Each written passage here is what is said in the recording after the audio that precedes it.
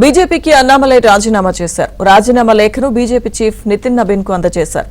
రాజ్యసభ సీటును తీసుకునేందుకు అన్నామలై ఒప్పుకోలేదని తెలుస్తోంది. సాయంత్రం 4 గంటలకు అమిత్ షాతో అన్నామలై భేటీ అయ్యే అవకాశాలున్నాయి.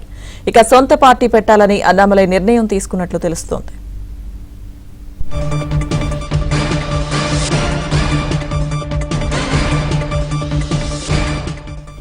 బీజేపీకి అన్నామలై రాజీనామా చేశారు. రాజీనామా లేఖను బీజేపీ చీఫ్ నితిన్ నబీన్ కు అందజేశారు. పూర్తి సమాచారం మా ఢిల్లీ బ్యూరో చీఫ్ కృష్ణ అందిస్తారు.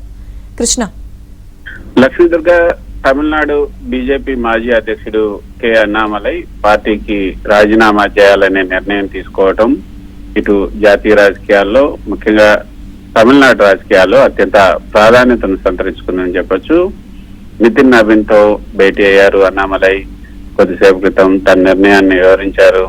గత 6 ఏళ్లుగా ఐపీఎస్ ఉద్యోగాన్ని వదిలి పార్టీలో తనకు లభించినటువంటి అవకాశాలకు కృతజ్ఞతలు తెలిపారు.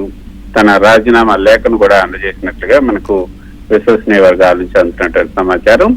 అయితే కేంద్ర నాయకత్వం ఆయన్ను జాతీయ రాజకీయాల్లో క్రియాశీలకంగా ఉంచేందుకు ఢిల్లీలో పెద్దల సభ అయినటువంటి రాజ్యసభ సభ్యత్వాన్ని కూడా ఆఫర్ చేసినప్పటికీ అన్నామలై దాన్ని సున్నితంగా తిరస్కరించినట్టుగా తెలుస్తుంది. ఆయన దృష్టి అంతా కేవలం తమిళనాడు క్షేత్రస్థాయి రాజకీయాలపై ఉంది అన్నది ఆయన అనుచరులు చెప్తున్నటువంటి మాట. ఈ రోజు సాయంత్రం 4 గంటలకు కేంద్ర హోంశాఖ మంత్రి అమిత్ షా, అదేవిధంగా పార్టీ కీలక నాయకుడు బిఎల్ సంతోష్లతో కూడా ఆయన భేటీ కాబోతున్నారు. తాను పార్టీ వేయటానికి గల బలమైనటువంటి కారణాలను కూడా వాళ్ళిద్దరికి కూడా వివరించే అవకాశం ఉంది. అయితే లక్ష్మీదుర్గ అన్నామలై సన్నిహితుల వర్గాల నుంచి అందుతున్నటువంటి సమాచారం మేరకు ఆయన రాబోయే 6 నుంచి 8 నెలల్లో కొత్త ప్రాంతీయ పార్టీని స్థాపించబోతున్నారు.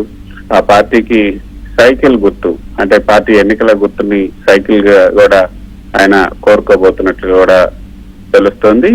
అయితే దీన్ని ఒక జాతీయ దృక్పథం కలిగినటువంటి లౌకిక ప్రాంతీయ పార్టీగా ఆయన తీసుకురావాలనుకుంటున్నారు. అదేవిధంగా తమిళ సంస్కృతి, తమిళ ఆత్మగౌరవానికి ప్రాధాన్యత ఇస్తూనే భారత రాజ్యాంగ పరిధిలో పనిచేసేలా ద్రావిడియన్ 2.0 అనే సరికొత్త పందాతో ముందుకు వెళ్లాలని కూడా ఆయన భావిస్తున్నట్టుగా తెలుస్తుంది.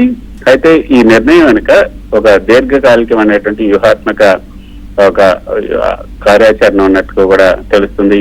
తమిళనాడులో ద్రవిడ పార్టీలు అయినటువంటి డిఎంకే, అన్నాడీఎంకేలకు ప్రత్యామ్నాయంగా బీజేపీని సొంతంగా క్షేత్రస్థాయి నుంచి బలోపేతం చేయాలని అన్నామలై మొదట్లో బలంగా నమ్మారు. అందుకే గతంలో అన్నాడీఎంకే నేతలపై ఆయన తీవ్ర విమర్శలు కూడా చేశారు. దానివల్ల కూటమి కూడా విచ్ఛిన్నమైంది. అయితే కేంద్ర నాయకత్వం మాత్రం ద్రవిడ పార్టీల ప్రాబల్యాన్ని తట్టుకోవడానికి అన్నాడీఎంకేతో పొత్తు పెట్టుకుని వెళ్ళటం మంచిదని భావించింది. అందుకే ఇటీవల ముగిసిన అసెంబ్లీ ఎన్నికలు కూడా మనం చూసాం. అభ్యర్థుల ఎంపిక, ప్రచార శైలిలో ఢిల్లీ జోక్యం ఉండటం, ఫలితాల్లో బీజేపీ కేవలం 1 సీటుకి మాత్రమే పరిమితం అవటం అన్నామలై తీవ్ర అసంతృప్తికి గురి చేసింది. అన్నామలైకి కూడా పెద్ద ప్రాధాన్యత కూడా ఇవ్వలేదు. సో అన్నామలై నిర్ణయాలను కూడా ఏమాత్రం పట్టించుకోలేదు బీజేపీ అధిష్టానం. అయితే మరోపక్క విజయ్ తన తమిళగ వ్యతిరేకం పార్టీతో రాజకీయ అరంగేట్రం చేసి అసెంబ్లీ ఎన్నికల్లో సాధించినటువంటి విజయాన్ని చూసిన తర్వాత తమిళనాడులో 60 ఏళ్ల సంప్రదాయ రాజకీయ ద్రవిడ రాజకీయాల ముగింపు వచ్చిందని కూడా అన్నామలై భావిస్తున్నారు. విజయ్ రాజకీయాల్లో రావడం ద్వారా యువతలో మార్పు వచ్చింది. అయితే విజయ్ పార్టీలో ఎవరైతే ఆయన ఫ్యాన్స్ ఉన్నారో, పాత ఫ్యాన్స్, ఈ పాత ఫ్యాన్స్ అసోసియేషన్లు నాయకులు ఆధిపత్యం వల్ల ఈ చదువుకున్నటువంటి యువత, టెక్నోక్రాట్లు ఎమ్మెల్యేకపోతున్నారు.